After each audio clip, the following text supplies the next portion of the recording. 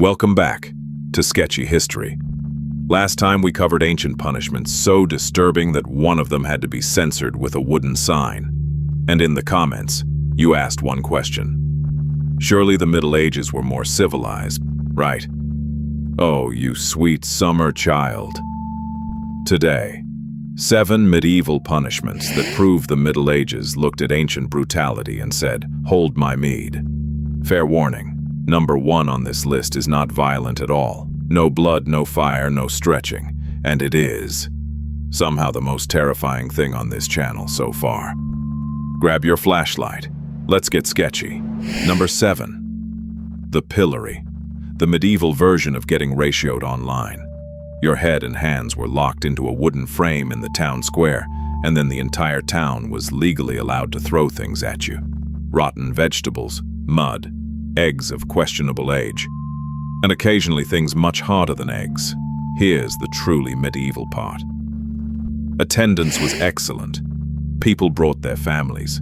Merchants sold snacks nearby because nothing builds an appetite like public humiliation. Your crime could be as small as selling bad bread or spreading gossip. Imagine losing your dignity, your reputation, and possibly a tooth because of a baguette.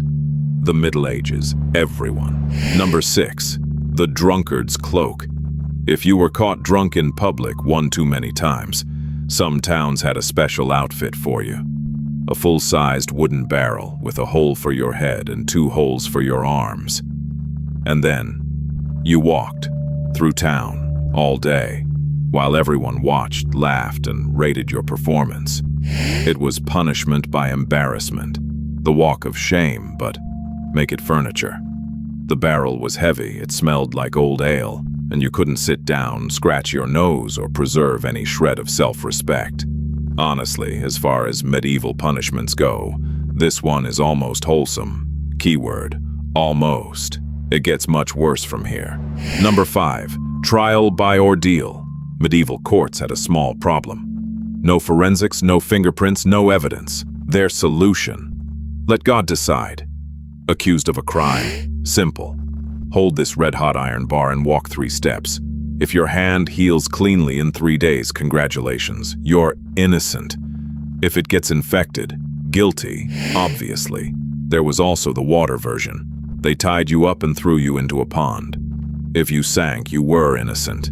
If you floated, the water had rejected you, so guilty.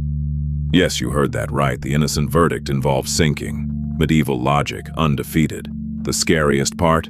People genuinely preferred this to number 2 on our list. Number 4, the ducking stool. Picture a seesaw. Now picture a chair bolted to one end of it, positioned over the coldest, muddiest river in town. That's the ducking stool, reserved mostly for people accused of gossiping, arguing too much, or generally being difficult.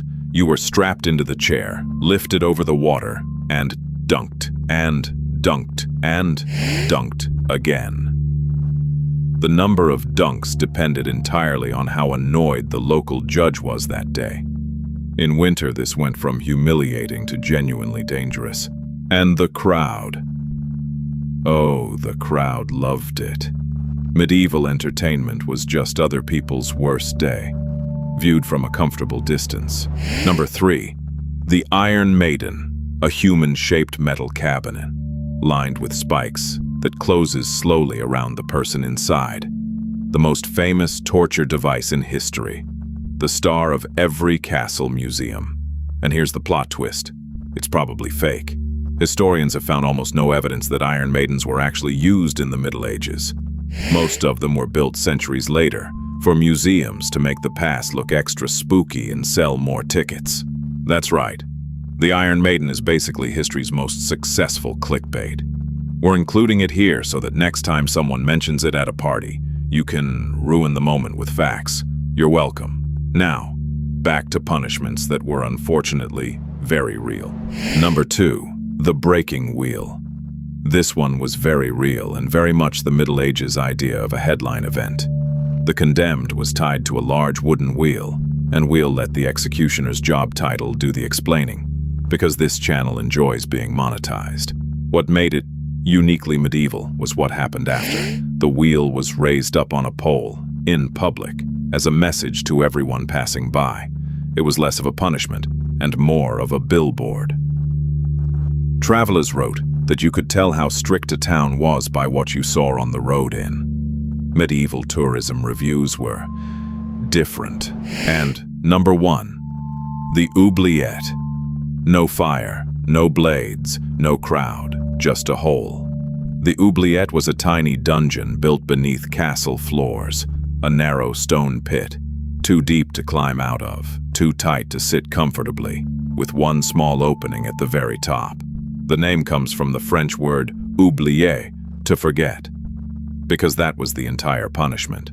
They lowered you in and forgot you. No trial, no sentence, no release date, just darkness, silence, and the occasional sound of a feast happening in the hall above your head. Archaeologists exploring old castles have found oubliettes that were, let's say, not empty. We'll stop here. Sleep well tonight.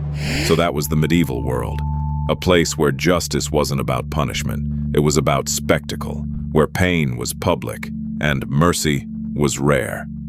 2 videos, dozens of methods, all designed for one purpose, to make people watch and remember. But here's the strange part. For all their cruelty, these people weren't stupid. They built cathedrals that still stand today, machines we barely understand, structures modern engineers still can't explain. And that raises a much darker question.